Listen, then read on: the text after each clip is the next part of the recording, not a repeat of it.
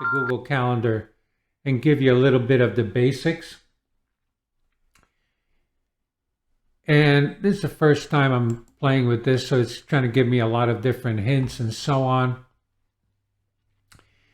First thing to point out, right here at the top, you can change the way you're viewing it. Let me go to month, which is an easy way to view something. It goes default to the day that it is today. This is the first. I'm recording episodes ahead of time. So here you can click on and off what you want it to remind you. Reminders, tasks, and so on. These are the default ones. I tend to leave them alone. Let's say I want to schedule something for tomorrow. If I click on that, it lets me add a title and a time for that event. So I am going to make this just a test event. Okay. It asks you if you want to make it an event, a task, or a reminder that you want to be reminded of something. I'm going to leave it at event. Here you can choose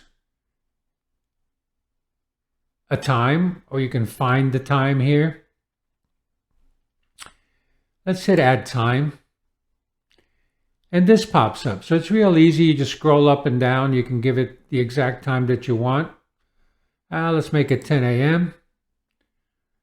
And as you can see, as I'm doing this, it's popping up here. Okay. You can add a location to the event and so on, but I'm going to keep it simple. Just keep it at that. And hit the save button. So there's that event. Okay, I keep getting these reminders because it's the first time that I'm playing with this. If I run out of time today, I will continue on Google Calendar because there's a lot of features here I want to show you. How to share this calendar, how to do different things like let's go to another date here.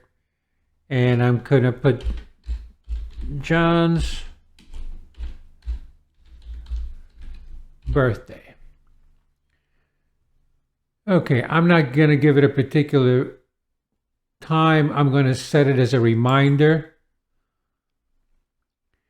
And it says does not repeat here. But John's birthday is going to be the same every year. On the 7th of July. So I am going to click on this little arrow here.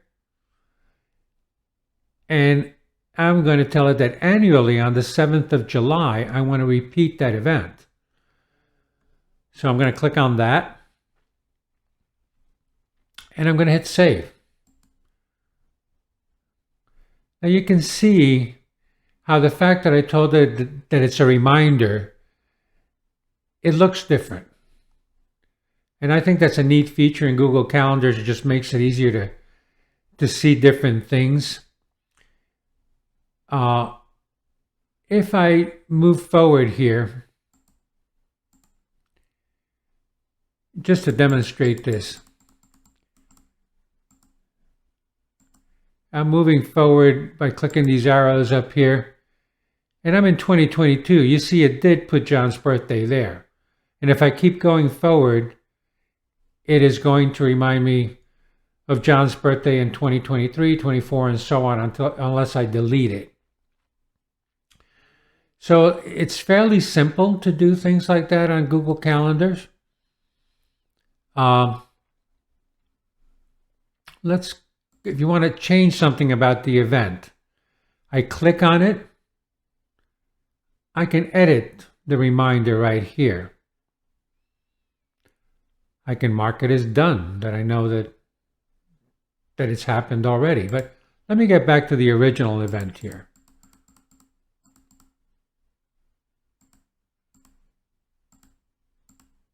Okay. Let's click on that. Let's go to edit. John's birthday, all day event. So I can change the name of it here. Let's say I put it on the wrong date. I can edit that too. I can edit the repeat rate and so on. I can just save it.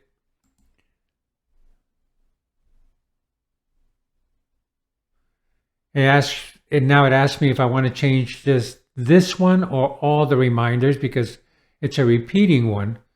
So I usually tell it to do it for all, of course, and click the OK right there. Now the other thing you can do, this event here, if I hold my mouse on it, I click on it and hold the mouse down, I can actually just drag it to another date and drop it in there without having to retype everything. Let's say an appointment changed from this date to the 14th. I just click on it, hold the button down, drag it, and drop it on the date that it's been rescheduled.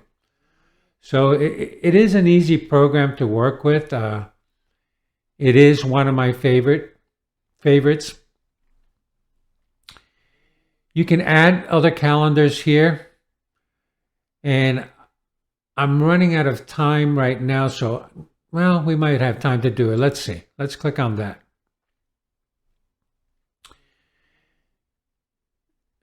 You can subscribe to a particular calendar. You can import a calendar. So let's say you're using a different calendar right now, and you're not crazy about it, but you have a lot of stuff on it. You can hit the import button here. You can select calendars directly from your computers. Once you select it, you hit the import button right here, and it's going to import that calendar.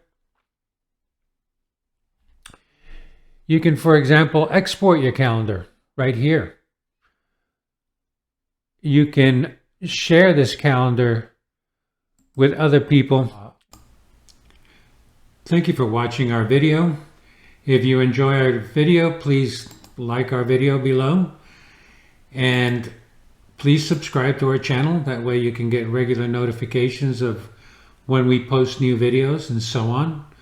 Like always, right in the description section, you will have links to any products, any software, any websites that we mention in that particular video. You will also have a link there to our membership area. We have a membership course that we make available, and please click on the link, take a look. It has an explanation of what the course is about. And again, don't forget to like our video, subscribe, and we'll see you next time.